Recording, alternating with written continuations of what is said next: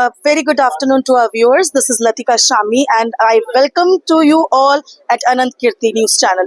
We are here at the winter session of 2024 regarding Vidhan Sabha, and you know that there are certain issues to be get resolved in a very proper manner.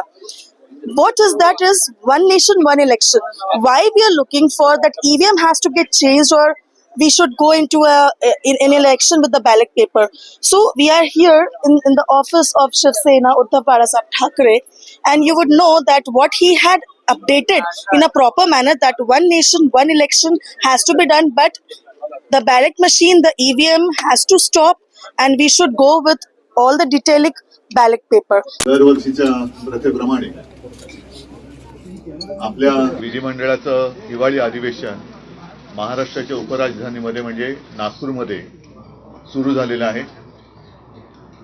नुकत्याच निवडणुका पार पाडल्या, त्याच्यानंतर नवीन सरकार महाराष्ट्रामध्ये आलेलं आहे. यापूर्वी 2.5 वर्ष आपण घटनाबाह्य सरकार पाहिलं आणि त्याच्यानंतर या निवडणुकांचा जो काही निकाल लागला हा सगळ्यांनाच अनाकलनीय आणि अनपेक्षित होता किंवा आहे.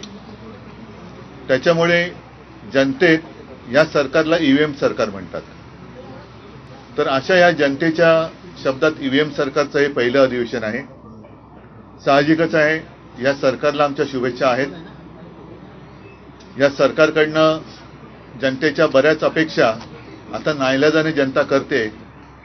कारण आपण पाहिलं की काही गावांमध्ये जो काही निवडणुकींचा निकाल लागला त्याच्या विरुद्ध आंदोलनं सुरू झालेली आहेत.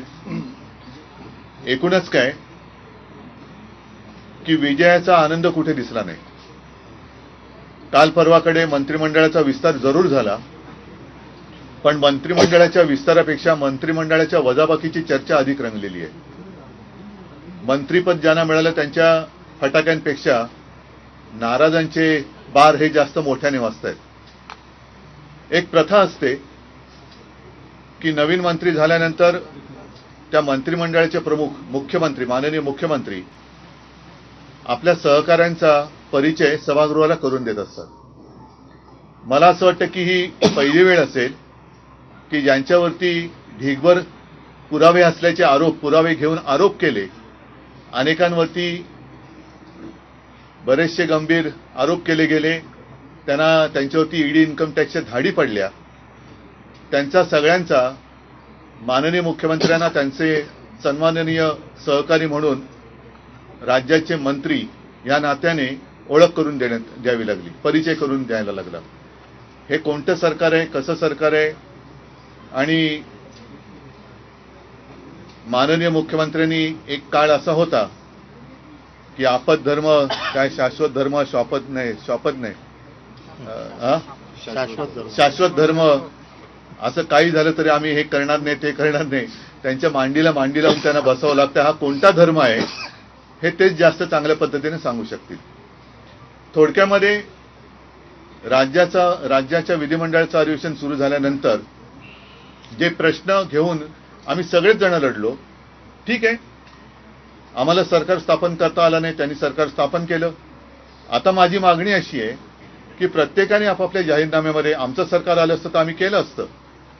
या सरकारने एक योजना जाहीर केली होती, लाडकी बहीण. आता लाडक्या बहिणीपेक्षा लाडके आमदार ज्यांना मंत्रिपद मिळालेत आणि नावडते आमदार अशीच चर्चा जास्त सुरू झालेली आहे. त्या लाडक्या बहीण योजनेचे पहिल्या 5 महिन्याचे मला असं वाटतं पैसे हे माता भगिनींच्या खात्यामध्ये जमा झाले. जवळपास 7,500 रुपये हे जमा झाले. दरम्यान निवडणूक आयोगाच्या माध्यमातून असं मला वाटतंय की पुढचे पैसे वाटायला लागू नये म्हणून या सरकारने स्थगिती आणली. आता निवडणूक झालेली आहे, आचारसंहिता संपलेली आहे. जसं निवडणुकीच्या आधी महिलांची मतं मिळवण्यासाठी ही योजना आणली गेली आणि त्यांच्या खात्यामध्ये पैसे दिले गेले, ती योजना तात्काळ सुरू केली गेली पाहिजे. आणि 1500 नव्हे तर हेच महायुती म्हणाली होती की 2100 ते 2100 रुपयांनी जो काही बॅकलॉग राहिला असेल 1-2 महिन्याचा आणि पुढचा 3-4 महिन्याचा असं धरून हे पैसे तात्काळ त्याच्यामध्ये परत आवडती नावडती बहीण न करता हे खात्यात जमा झाले पाहिजेत. कारण मधल्या काळात मी बातम्या वाचल्या की आता निकष लावणार, म्हणजे एका घरात एकाच महिलेला मिळणार, मग अमुकच बघणार तमुकच बघणार. हे सगळे मी म्हणेन जे काही डाव होते ते डाव आता उघडे झालेले आहेत. तुम्ही आता बहिणीमध्ये आवडती नावडती बहीण अशी करू शकत नाही, करता कामा नये. जसं तुम्ही गेल्या वेळेला कोणतेही निकष लावले असतील किंवा नसतील, ज्या महिलांना लाडक्या बहिणीच्या योजनेअंतर्गत पैसे दिले, हे पैसे आता हे निकष बाजूला ठेवून 2100च्या तुम्ही जे म्हणता वाढतं तुमचं प्रेम आहे त्याप्रमाणे हे पैसे तात्काळ माझ्या आणि आपल्या बहिणीच्या खात्यात जमा झाले पाहिजेत. बाकी राज्यपालांचं अभिभाषण मी काय त्यावेळेला उपस्थित नव्हतो, पण त्याची प्रत आज मी वाचली.